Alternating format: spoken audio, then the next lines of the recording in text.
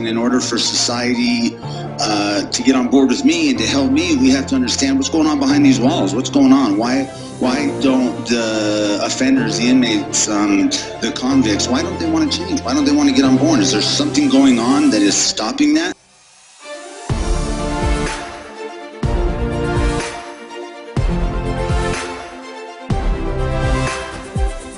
They've created a predatory market that makes our families pay for everything that's going on.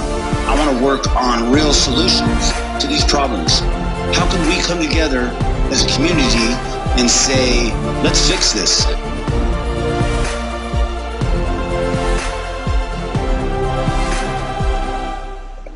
Hello, everybody, and welcome to Empire's Podcast of the Week. As you guys know, I am Steve Ogden, your host. It's good to be here. It's good to see you. This podcast won't be being posted till next week, but today is Mother's Day.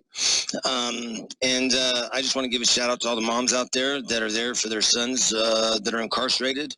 Mom, thanks for being there. Miss Cheryl Ibarra. You're an amazing mom, and you do so much for Wes and also for me. We're just both so thankful for you, Wes, of course, more than me for you. But you know, you're an amazing woman, and thanks for being there for us. All the other moms, hey, all your sons need you in here. You know, I know it's tough and it's all that, but just know that I'm watching every guy in here shake and dance trying to get a Mother's Day card made for their mom, you know, and they all want to have some sort of personal touch on it, and everyone's thinking about you out there.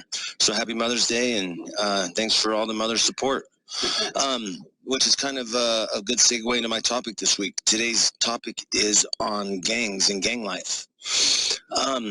You know, and I want to talk about, first off, how that affects family and how family equates to gangs. You know, a lot of kids grow up in foster homes. They grow up in group homes. They grow up in areas where they don't have a family.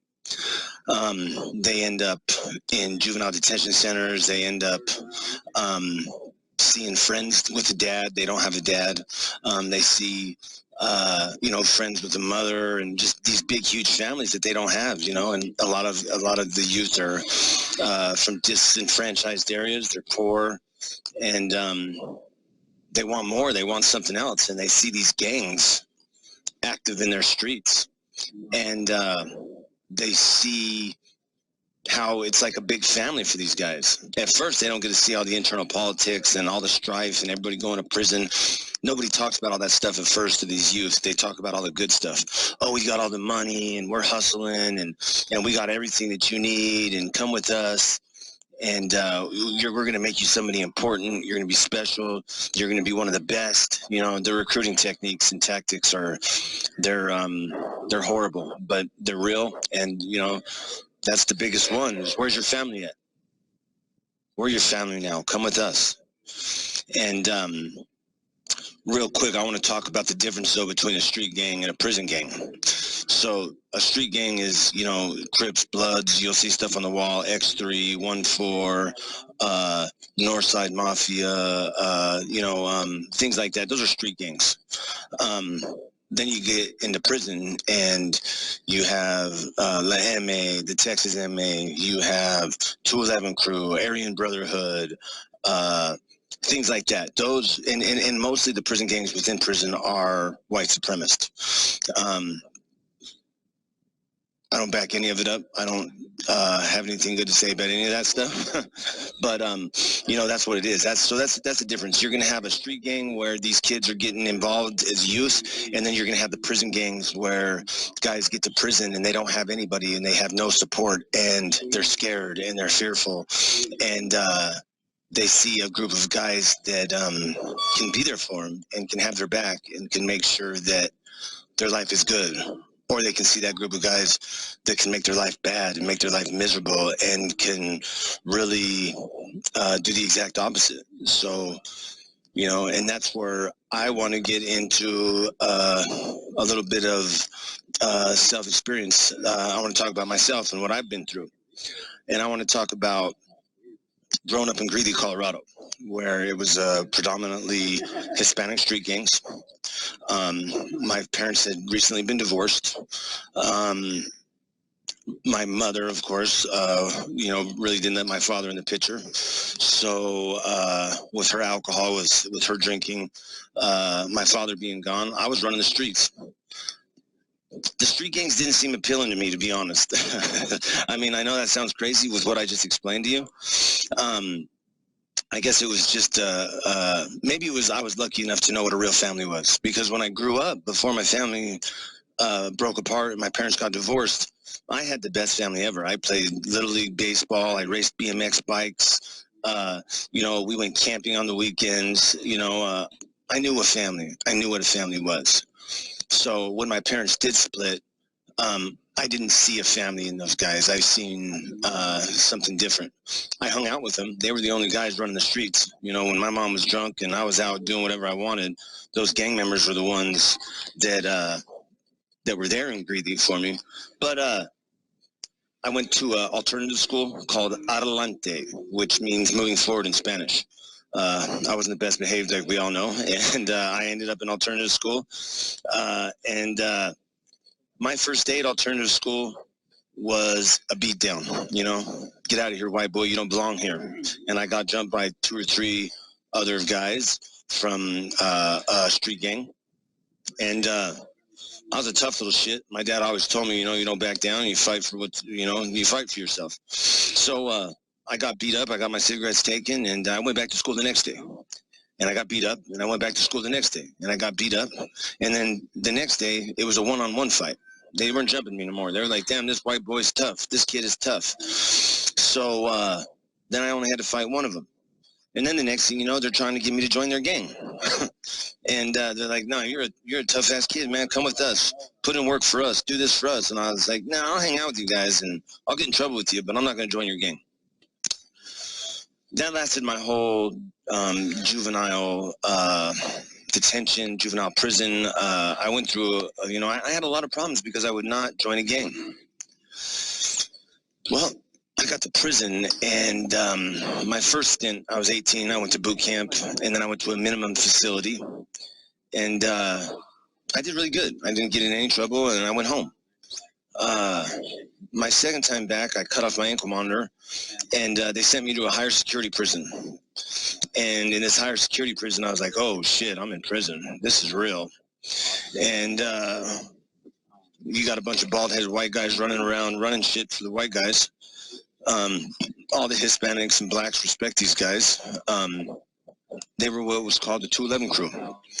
And 211 crew, they took me in, man, and then they made me feel like I had friends and a brotherhood, and they made me, and I didn't, like I said about the street gang stuff, I didn't see what it was. I didn't see all the internal conflict. I didn't see, because 211 crew touted themselves as not a white supremacist gang. They said, yeah, we're a white boy clique, but we're not a white supremacist organization. We're not a white power movement. We are a group of white guys that have gotten together like the Hispanics or like the Crips and Bloods. And, it was more like a club, I thought. It was a group of guys. And then I got put on. I became a member. And to become a member, you have to assault somebody else that has either offended the gang or was a child molester or something along those lines. Someone that owed money, or you had to blood in. And I did that. And when you guys get a chance to read my book, you'll see in my first chapter of my book, I say I was faced with the choice that forever changed my life. And that choice was whether or not to use crystal meth for the first time. That was my first horrible choice, was using crystal meth. My second worst choice I ever made in my life was joining a gang. And, you can't go back, but, you can go forward and you can change. And that's what I've done. But let me tell you what I got after I joined this prison gang. I got solitary confinement. I actually joined it in solitary confinement, but I got more solitary confinement. I got nothing but trouble. I had, more rules to follow. One thing about us guys that are in prison, we don't follow rules. We don't like discipline. We don't like to do what other people tell us, what the powers that be tell us to do, And then you join a gang, and guess what? You got more rules. You got more authority. You got these shot callers that are telling you, you know, I already don't want to get no more trouble. I'm in prison. I'm trying to stay out of the hole. Now I got to go beat this guy up. I got to assault this guy. I got to go collect money from this guy. I got to do this. You know, and it's like, and then I got to follow the prison rules on top of it. It's like, geez, all I got is rules, you know? And, yeah, it was actually like an oxymoron. I mean, it's like, you know, what was the freaking point of this, you know? And now I'm in. I can't get out. You know, hey, you know what, guys? I changed my mind. I don't think this is a good idea. I wanna stop this gang shit now. It doesn't work like that. It's you say that and you're getting your ass kicked, you know, by a couple guys. They're gonna remind you why you're there and what's gonna happen if you decide to leave. And I never really brought that up. You know, I was like, a little smarter than that. I was one of the smarter guys. But the more I didn't want to move up in rank, the more I tried to avoid that rank politics, the more I got moved up. The more they would say, you know, I got my nickname Chaos, and because I was always causing chaos, I was rambunctious and fighting and getting in trouble. But that name that I had made for myself and my leadership qualities, my ability to speak and recruit, and like these older guys seen that, and instead of saying, hey, let's utilize this to do something positive, like build Empire Corp or build a criminal justice prison reform project, they didn't utilize those awesome abilities that I had to build something great. They said, you know, like Dr. Evil, you know, let's build something horrible. Let's you know, let's use your leadership qualities to get guys to do stuff that they shouldn't do and stuff that they don't want to do, and let's get guys to join this gang. And you know, as time went on, being a part of this, the guiltier I felt. You know, I would see guys come in with a 2 or 3 year sentence and never get out because of things that they were told to do. And when you're leading these guys, you know, they're supposed to be your brothers. They're supposed to be your family. And these kids are looking up, you know, as I had gotten older, you know, into my late 30s, you know, these youngsters that are 18, 19 years old come in, they're looking up to me. I'm the big bro, you know.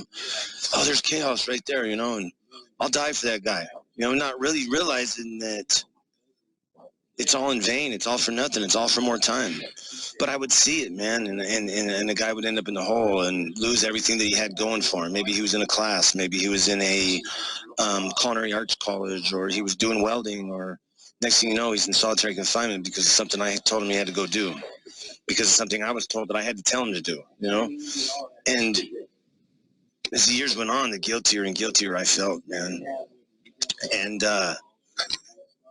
I'm not saying I didn't love some of the guys that I was around, man. They were my friends, man. They were my everyday guys. I ate with them. I got in trouble with them. We made hooch and drank together, and we did all kinds of stupid shit together, and we had a blast, you know. And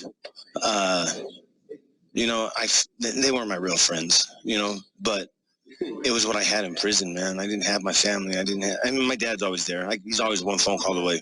I don't care if it's 3 in the morning, he'll answer the phone for me. You know, and that's one thing that a lot of these other guys don't have, you know.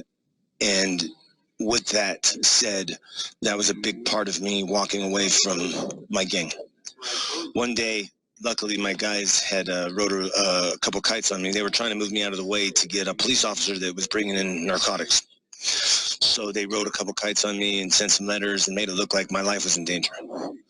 And when I actually seen the letters and I seen what was being said in them, I knew I wasn't as much trouble as the intel staff had made it sound. I knew what was going on. I could have got out, beat the guys up, had them stabbed. I could have started a little war, do whatever. I could have cleaned it up, as we say in the gang life, and moved on. But I'm in the hole. This is going on, and I called my pops, and I was like, hey, this is what's going on, man. I want to use this chance to walk away and quit. And my dad, I don't know if he remembers the conversation, but I do. And I made the right choice, man. I walked away. He talked me out of it. An ex-girlfriend of mine named Brittany talked me out of it. And I walked off, man, and it was the best choice of my life. But I've only got 2 minutes remaining, so I want to talk about, you know, some of the other stuff that involves this lifestyle, you know, is and then I'm going to pick this up. I'm going to do gang stuff part 2. So, I dropped out, and when I dropped out, there's times where I really wish I wouldn't have made that choice. I wouldn't have made that decision. And it's because, you know, when you drop out, you got a lot of people on your back, man. You got a lot of people that aren't going to respect it and say, hey, you did that for the right reasons, so you could go home and be a part of your family and maybe be there for your daughter someday if things work out. They don't accept that. So going home, working in construction and doing things like that is it could be dangerous for me. But I made the choice. I made the right choice. And next podcast, I'm going to pick up and I'm going to talk about a lot of different stuff, recruitment, what we can do, you know, solutions for this stuff. I want to talk about Big Brother mentor programs. I want to talk about a gang dropout program that I was involved with starting. I want to talk about another program that I wanted to help start Jeffco, which I might actually get an opportunity to when I get out. So there's a lot of stuff I want to talk about, and we will pick that up on the next podcast. Time limit, guys. Sorry. Have a good one. It was good to be here, and you guys take care.